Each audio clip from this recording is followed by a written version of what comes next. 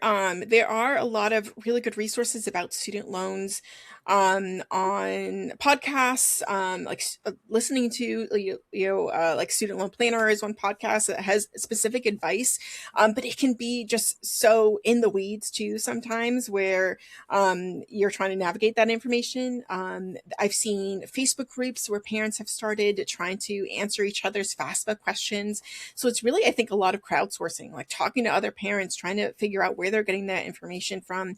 Not relying on AI, because I've definitely asked it some questions, to see how much it could gather about student loans, about financial aid. And it's, still very hit or miss, because it's changing a lot, and it's really situation specific for parents as well. So I think other parents, and um, if you're talking to colleges too, their financial aid officers and offices are really great places to talk to. It might take a couple tries to find the right person to talk to, but they are trying to help, and trying to get the best outcome for the students, especially if it's a student that they're really trying to enroll at their school. So I don't think that it's for parents being able to reach out to them and being able to try and negotiate with them, because Is that's that a definitely a thing? strategy to minimize college costs too. I- Is that a thing? Like if your child gets admitted to a college and they're like, "Oh, I love this place. I so want to go," and it's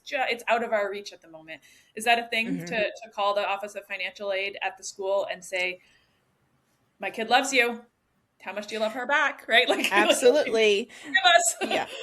Yeah, to appeal to them and say, like, what can you do? How much more can you give me? There's an appeal process for financial aid letters. And also to say, like, what extenuating circumstances have you had? You can detail that and tell the school and say, I really haven't been able to pay for college, or save for college because of XYZ.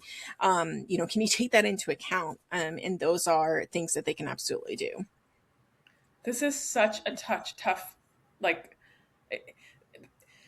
it's so exciting to watch your child blossom and launch. It's so exciting. And there's, having just walked two kids through this, but also having walked hundreds of kids through this as an employee in a high school, like high school is an angsty time, Mm. and it's a Hmm. time of like, they, kids and sometimes families think that high schoolers are going to have more figured out by the time they leave than they actually do. And it's like college for many young people is the first time they get a say on their academic placement. They're like the school that they attend and based on simply where they live, right? In many cases, or if they're going to an Hmm. independent school, often it's based if they entered even at their early high school, they were 13 when they entered, and their parents probably knew them better than they knew themselves. Like they probably had a say in it, but they just didn't. They're different, and so they are working to like put roots down and be themselves and like enter a community that's going to be like the that feels like them in a way that high school it's not possible for that to happen even under the best chosen circumstances if that exists. To have this financial piece overlaid on that like social emotional developmental piece, it's frankly it can be heartbreaking. I think as families it can be heartbreaking to like know how to proceed.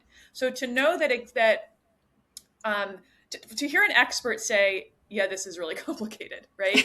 Like, Yeah, there's a lot of friction between these two decisions. They're not like in cohesion or harmony with each other. no. I have completely different goals. And, I think that having, being able to make the choice where your student will thrive will, I think, hopefully set them up for a better long term, future.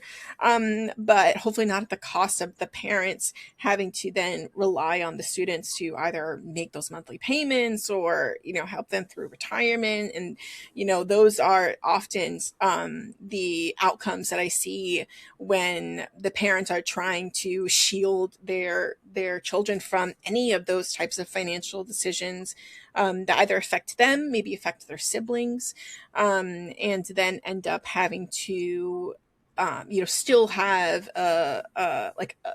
maybe like some type of burden, or just type of consequence on the family, and the stress that can bring to the family as well.